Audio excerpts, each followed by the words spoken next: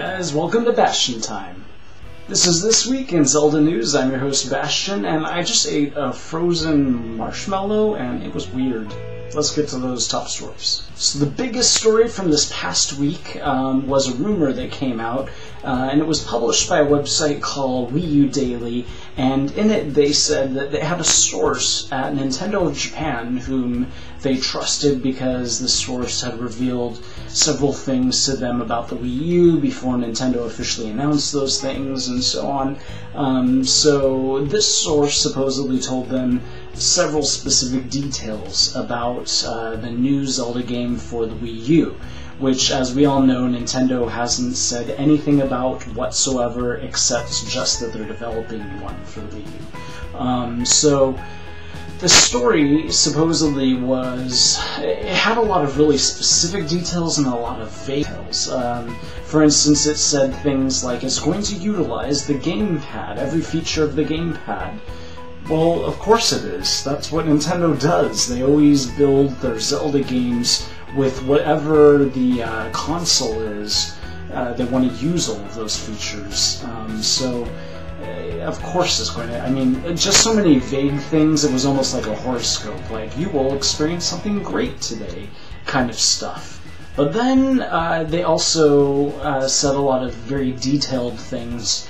For instance, things like the first dungeon is going to be this gigantic forest, and they've been spending a lot of time on this forest, and it's bigger than Hyrule Field, and it's all one big area that you explore. But the one thing that they said that revealed that this is obviously fake, categorically, is that they insisted that the Zelda team is going to be reusing the Skyward Sword graphics, albeit an HD, much more detailed version of the Skyward Sword graphics, and personally I would have no problem with that whatsoever. As awesome as that art style looked on the Wii, it would just look so much better on the Wii U. The whole idea behind that was that it was kind of like a painting come to life, like an impressionist painting, so I could just imagine being able to see all of the details of individual brush strokes, and it would just be so beautiful. But it's not going to happen for the very good reason that in a not too far long ago interview, Mr. Eiji Aonuma, the head honcho of the Zelda series these days, said specifically that they will not be using the Skyward Sword art style ever again, that's specific just to Skyward Sword. So I guess it's a little bit possible that they changed their mind and thought, well, yeah, but we may as well because it's so good and people seem to respond well to it. But I can't see them doing that, especially with that interview not so terribly long ago. It just doesn't make any sense. So this is obviously fake. It's just unfortunate that the internet community is so gullible. For instance, GameSpot did this whole huge video about it and talking about it as if it were fact.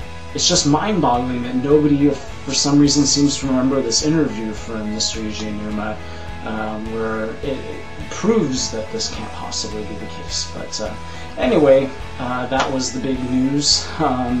Reveals of Zelda Wii U that turned out to not be factual. So again, it is a teeny tiny possibility that Eiji Aonuma changed his mind and that they did decide to go ahead and reuse Skyward Sword's graphic style, and so then all of these things are true, but I really doubt it. Speaking of GameSpot, they did a documentary on Zelda, and it's sort of like a sarcastic sort of thing. It's the host admits that he used to think that the main character was Zelda, and basically used to think Link's name was Zelda, and so he pokes fun at a lot of aspects of the series, but then by the same token does pay homage to all the things that make Zelda great. So it's worth a watch.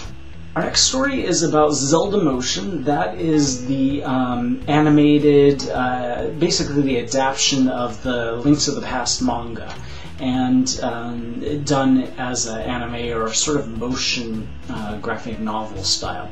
and there was a Kickstarter set up for it to sort of fundraise enough money to pay the artists and the voice talent. And unfortunately, it didn't even get half of the funding, so it looks like that might not be happening. I mean, they may go ahead and set up a new Kickstarter and try to rally the support again, but I'm a little worried that that's not going to be the case, unfortunately.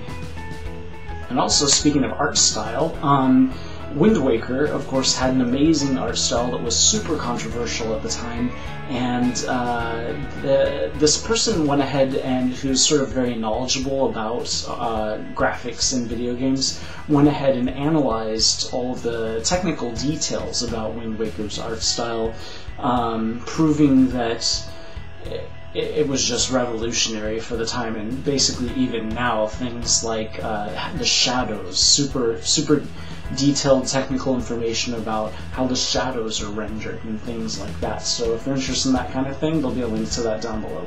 Next up is Zelda II: The Adventure of Link. A couple weeks ago I mentioned that it will be appearing on the North American Virtual Console for the 3DS.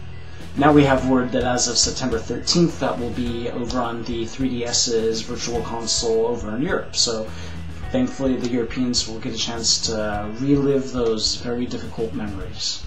Our next story is an amazing piece of fan art. I've never really thought of something like this, where the person basically took a lot of words that sort of describe Link and the Zelda series in general, and then used those words to sort of paint Link, basically, specifically a depiction of him from Ocarina of Time. It's amazing. Read this thing. It's awesome. And speaking of fan-made things, duets of harp and ocarina play a cover of the Minuet of Forest in this amazing video. I really like this arrangement, but I don't understand why they use such an extremely fake string synthesized sound. I mean, I understand that getting some live string players is pretty difficult, trust me, I know, but as a musician myself, I know that there are so many more realistic, much more realistic string sounds out there that they could have used instead of that, so it's kind of a bit of a detraction, but the harp and the ocarina sound great, and the video is nicely filmed, so, give it a watch. Our next story comes from somebody who emailed me and pointed out the fact that in this game, Kingdoms of Amalur, or I don't know how to pronounce it, there are some creatures called boggarts, and this game's depiction of boggarts, which are a mythological creature, of course, but their version of boggarts have these shield things covering their bodies made out of wood, and it looks, according to this person who emailed me, an awful lot like the Deku shield. And looking at it, I mean, yeah, it's kind of like a very rough, rustic, wooden piece of wood being used as a shield or something with a red swirly design, but the Kokiri symbol that's on the Deku shield has an extra little piece to it that this is missing, so not a direct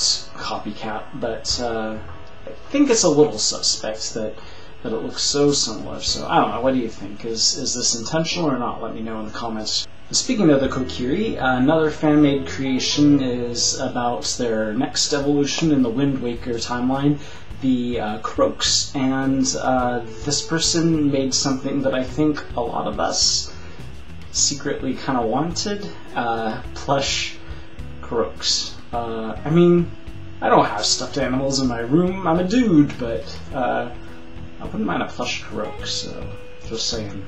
Yeah, so that's it for this week in Zelda news, and be sure to check out This Week in Nintendo News in just a couple days, and again, that will be featuring just exclusively Nintendo tidbits of information, and also while you're at it, be sure to subscribe to the channel, and I'll see you guys in a couple days for This Week in Nintendo News. Bye!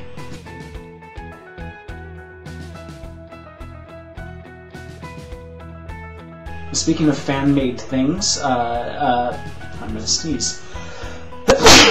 Whoa.